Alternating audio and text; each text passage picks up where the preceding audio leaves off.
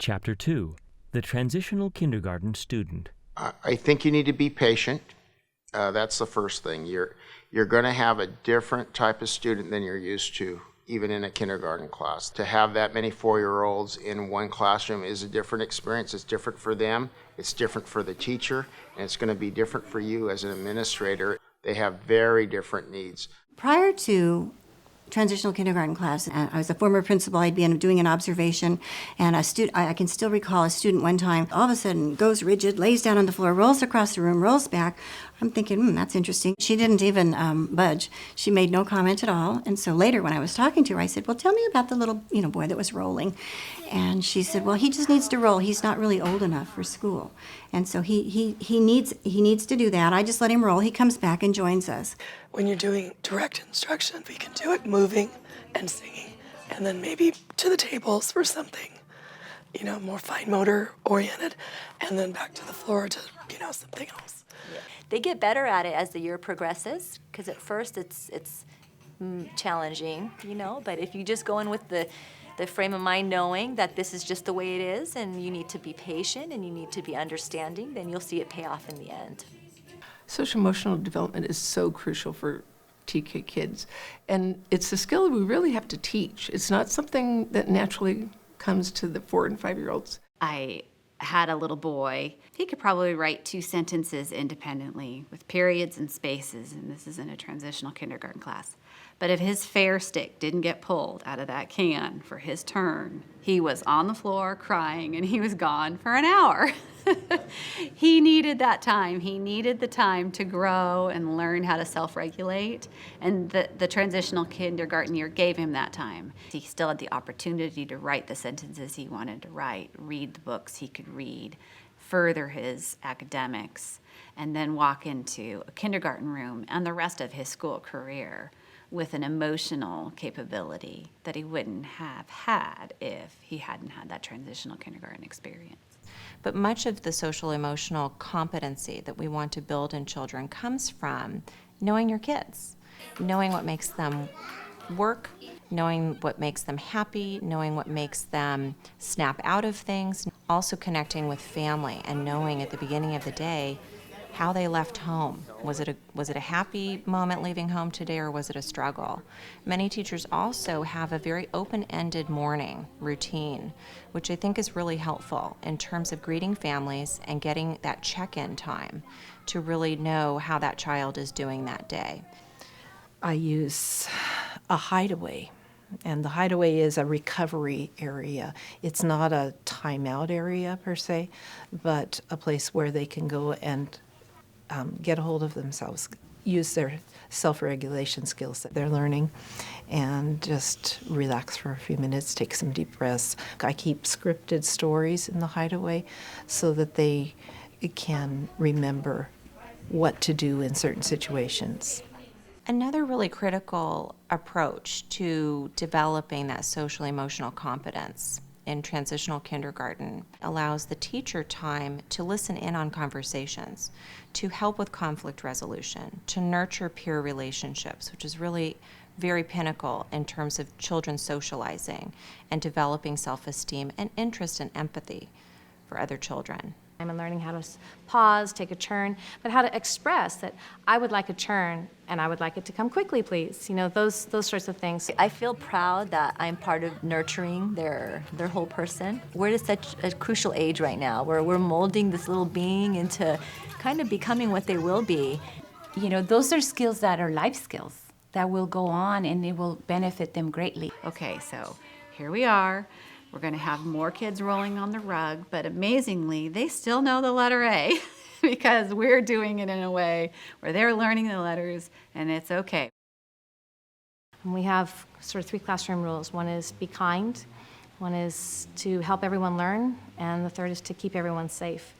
I was purposeful in setting out at the beginning of the year, talking to my class about how we were all sort of on this journey together, and that each one of us came with a different suitcase. And in our suitcases, we had all the things that we knew about from home or other experiences that we had, and that we were going to be opening up our suitcases and sharing those things with each other, and that I might take something from another person's suitcase because I need that now, and that we were each going to have our own learning goals. And if I see that there's starting to be difficulty because too many people want to play in one area, or they all want to play with one thing, that's a great opportunity to do problem solving together with the kids and conflict resolution. So I try to dive in and help apply strategies with them. Sometimes I get there in time, sometimes I don't. So we have the stop area, and we do that so that everybody gets their turn. Right? But again, those are real natural settings for kids, and I think helping them to apply skills in that setting is what's going to stick with them much more so than me reading a book about somebody else doing that. Sometimes we'll have a student just, stomp their foot and they're done. And so we'll have to, encourage that student to come back, take that time to do that resolution, that conflict resolution with them, and repeating, use your words, let's find out what's wrong, and then sit down and work it out. Doing that with them routinely is really helping them. I can see a huge difference from the first month of school till now, how they're starting to use their words more. I do class meetings where we do a little bit of role playing. We talk about how we might solve a problem differently. Who do you need to take care of mostly? You. You need to take care of you. And how do you do that? By not thinking of other people. What does that mean when we don't look at other people? What do we call that? Ignore. Everybody say ignore. Ignore. I use a solution kit for problem solving, and it has picture clues of what strategies they might use to solve their problems with their friends. They might need to ignore their friend. They might need to say, please stop. And the last page of that book says, get a teacher, because I want that to be the last thing that they do. A lot of role playing, a lot of puppet theater, books, felt board stories, things like that you can build in with these characters' problems and resolutions. The puppets act out the scenario of what's happening for the day, and then we go on and discuss it. I think the children really relate to puppets. And the children know what the right answers are, but it's whether when they're in that heat of the moment, do they know what the right answer is? Some of the parents have those children that they weren't sure whether they should go to kindergarten or not, and their birth dates fell within that range. And so they were very relieved to find out that there was a program for their children that would be a 2-year kindergarten experience. On the other hand, I've had some children who have that same birthday whose parents really felt were ready for kindergarten, and I had to show them the benefit of having that extra year. Prior learning leads to success, so having a child be able to spend one additional year gives them that leg up. So when they do step on that campus for kindergarten, they know why they're there, what they're there for, and really have a much better chance of being successful. My son, socially, he had a lot of development that he needed. And had I put him in kindergarten, I don't think he would have been as successful, because I think he would have had to been worrying. I think he would have had that anxiety. Academically, he would have been okay, but I think socially, that's a big part of life.